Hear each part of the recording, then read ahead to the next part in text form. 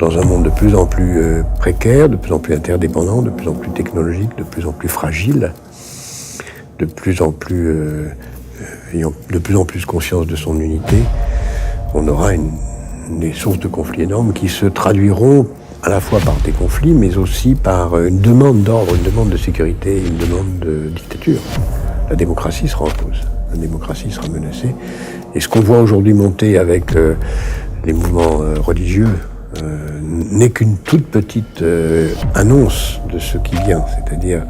le fait que beaucoup de gens diront face à cet univers-là, au fond la démocratie n'est peut-être pas le meilleur des systèmes puisqu'elle ne nous a pas protégés contre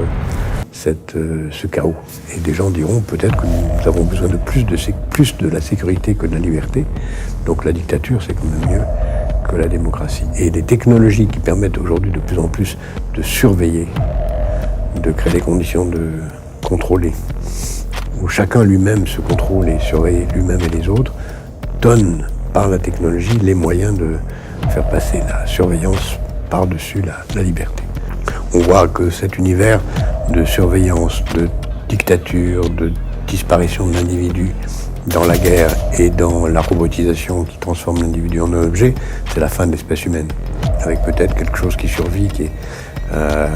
dans une sorte de noosphère technologique, une intelligence artificielle qui naîtrait et qui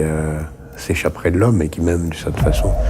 serait assez puissante pour considérer que l'homme est vraiment le dernier des idiots et le combattre. Imaginez cela. Dans ce cas-là, c'est la fin de l'espèce humaine et l'histoire s'arrêterait là.